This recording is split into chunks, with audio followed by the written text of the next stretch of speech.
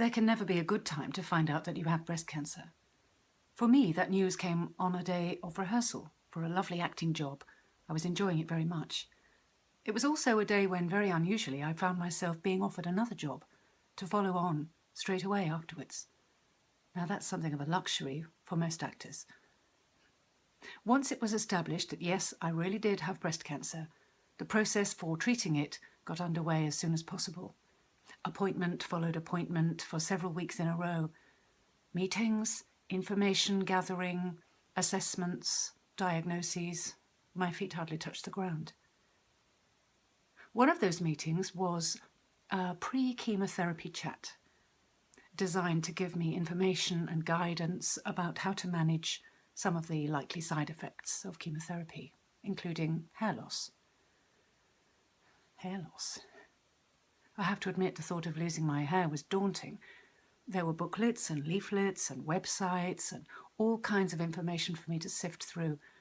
A bewildering array of options, choices I didn't want to make. Caps, turbans, wigs. One of the leaflets was Jennifer Effie's hair replacement system. It offered a tailor-made wig of natural hair, interestingly designed to be semi-permanently attached to my head for 3 or 4 weeks at a time, so that I wouldn't have to see myself without hair at all if I didn't want to. That appealed to me. So I made an appointment to see Jennifer and find out a bit more. She was very reassuring. She was knowledgeable, experienced, confident, empathetic. What I really wanted was to be able to carry on with my life as close to normally as possible, for as long as possible. I'm an actress. I'm visible, I meet people, I go to auditions, I embark on rehearsals, I'm in performance. I really wanted to carry on doing as much of that as I was going to be able to, given that I was going to become unwell. Meeting Jennifer and hearing about the system, I began to realise that it would be possible for me to do that with the support of the system. It was a eureka moment. It really did work that way. My chemotherapy started 3 days before my next job. I went into the meet and greet with the new company. I started rehearsals. Performances began. There was press night. My agent came along. I met casting directors, agents, fellow actors, all the time feeling confident and presentable. Once the show was up and running, many of my friends would come and see it at different times, and we'd meet afterwards for a coffee or a glass of wine. And all of them, without exception, complimented me on how lovely my hair was looking. Nobody guessed. That gave me a lot of confidence. It encouraged me to feel that I could continue to do what I felt well enough to do. I participated in workshops. I even had a number of auditions. I did my first audiobook. I had the confidence to be out and about pretty much as usual.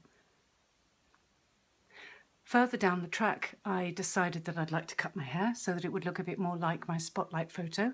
That's the photograph that casting directors refer to when they want to look you up. It was easy. It was as if it was my own hair. A little bit later still, I decided that I would like to take the wig off at night or relaxing at home, especially when my hair started to grow. Again, it was easy. As far as the outside world was concerned, my hair was my own and looking salon lovely every day. I can honestly say that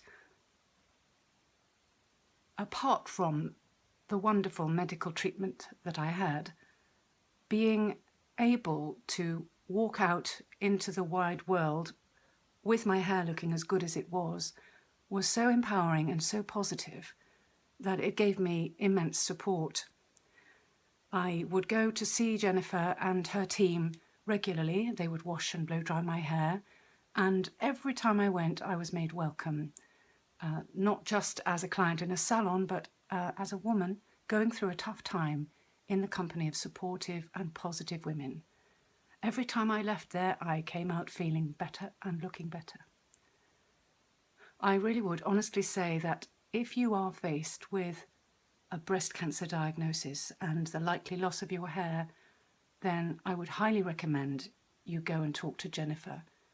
I didn't expect the kind of confident, kind, supportive attention that I got from her, and I couldn't wish any better for you.